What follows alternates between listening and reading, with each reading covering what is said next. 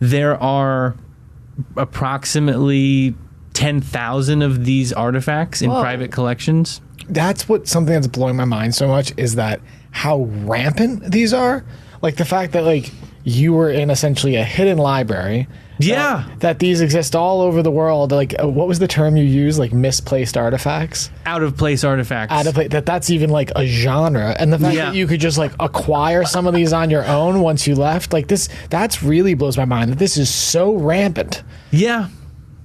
Crazy. The world is a strange place. It is a strange place, but one of the things, like if you get into a lot of like channeled material that describes sort of the history of the UFO phenomenon, Daryl and Bashar talk about it. The Law of One talks about it. There is this, and I guess if you just get into basic mythology too, like that in South America and the Mayan times in Egypt, that there was this interface, this coexistence with these beings. You call them gods or ETs. So the fact that there's evidence and now it's being corroborated with modern day disclosure with the governmental bodies, like my mind is blown a little bit. Right. Yeah, I mean the puzzle pieces are like landing. Yeah, everything is lining up. Everything is all at the same time. Like what the fuck? Bashar would say, "We told it's been prophesized. I hope you guys were getting ready." I mean, I know you guys are in the audiences, so it's such a pleasure to be able to share this stuff. And to your point about the story, I bring up the fact that there are about 10,000 of these pieces because when you see them in that environment, it is truly a storyboard. Every piece is but one page in that. And what is that overarching?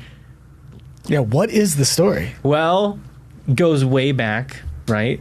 But the story is that our species was created through the interaction of these beings. And you brought up the Maya, the Olmec, and that region. These come from central Mexico, from a state in Jalisco. I would frame these pieces to be more Atlantean than Aztec, Mexican.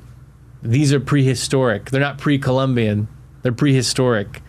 Atlantis being one of the last chapters of civilization before our own in the modern day. And the story goes back before then, into Lemurian times. And before then, some of these pieces actually show depictions of Mars and life on Mars and the collapsing of that atmosphere. So we have a, cosmic history. It goes beyond Earth. The lifetimes, the incarnations. So I don't know if I can wrap it all up in one, but, each piece tells a story. The hybridization and the genetics is kind of one of the big themes here on most of the pieces. They're very extra dimensional. A lot of dragons.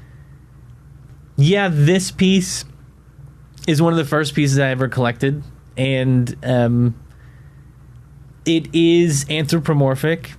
You have this sort of dragon, rattletail, snake creature, these dragons being symbols of interdimensional travel, right? Or piercing the veil. In 2019, we did carbon dating on these eyes are inlaid pieces that have adhesive. So we did a lot of that back in Nassim's lab. That date of 8,500 approximately, only 2 months ago, I took a small sample here I drilled out core material from the piece. Like we talked about, there's organic carbon in there.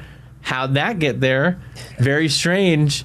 That organic carbon confirmed the date of the glue. Same thing. Same date of production. It's a timestamp. Like the mosquito and the amber of Jurassic Park, something that got encapsulated and trapped. The carbon, the organic carbon that's in here, last time it was living or alive was 8,500 years. Can I see that piece? Of course. Thank you. So this is pre-Diluvian? It's post-Diluvian, this time frame. But, That's what I meant, post. Post-Diluvian, but right off the cusp of, global cataclysms and historical shift. More research, of course, is always welcome.